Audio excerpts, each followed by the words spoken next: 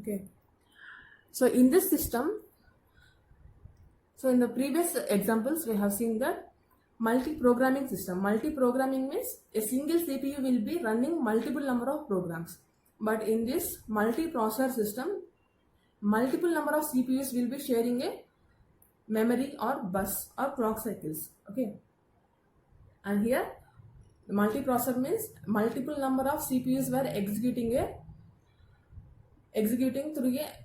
single program. Okay, so like this you can assume. So multiple number of CPUs are executing a single task. So compared to the multi-programming, the multi-processor system will execute very faster. Okay, it will execute the given program very faster compared to the multi-programming.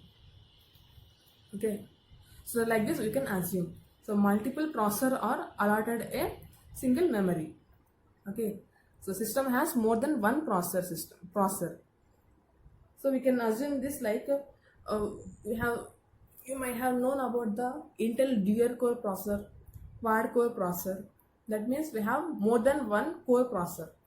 Okay, so here the multi processor means we are having the multi cores. Okay,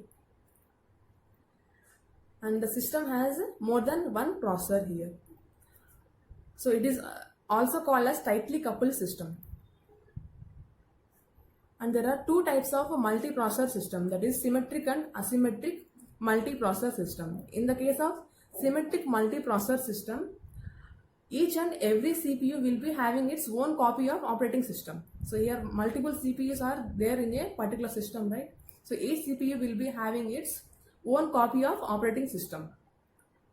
And in the case of the asymmetric operating system, there will be a master-slave relationship. That means a processor will act as a master and the remaining processors will act as a slave. Okay, the master will assign a task for the remaining process to complete. Okay, and it is shared memory. The CPUs are going to share a particular memory in the system.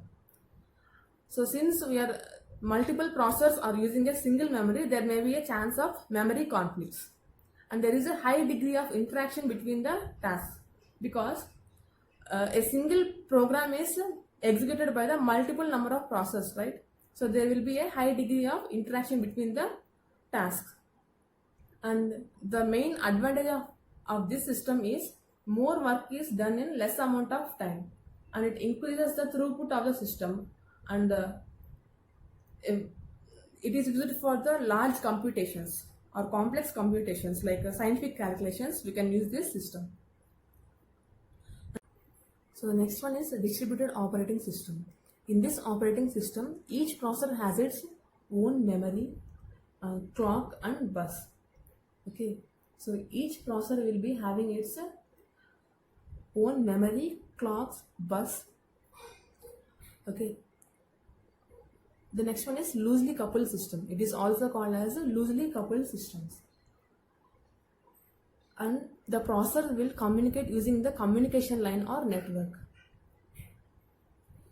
So this one will be having the distributed memory, and there is no memory conflicts for this distributed operating system because each processor will be having its own memory.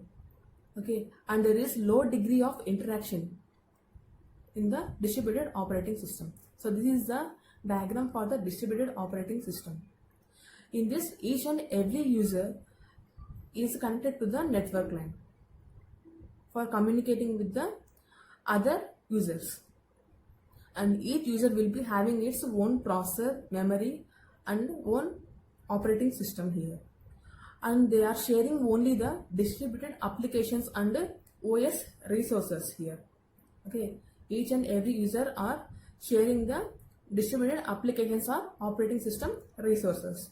So distributed operating system is an example of the, we are following this for the internet, emailing. So this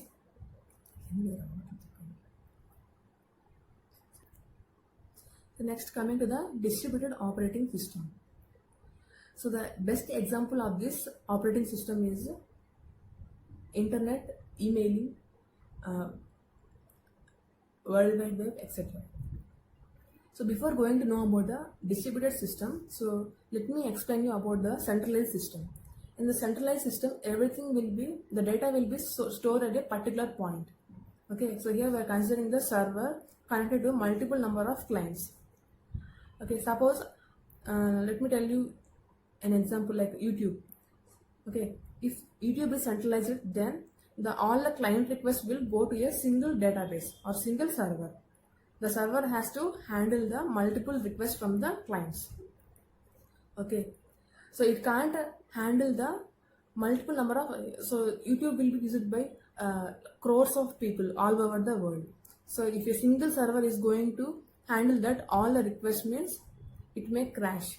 So that is the problem of the centralized system. So that's why we are going for the distributed systems. Okay, so in this operating system, the data is distributed all over the world. Okay, so if you consider this example, if you are considering the YouTube, okay, so the servers will be present all over the world. Okay, if one server crashes or if the one of the server fails, then the request can be handled by the remaining servers to the clients.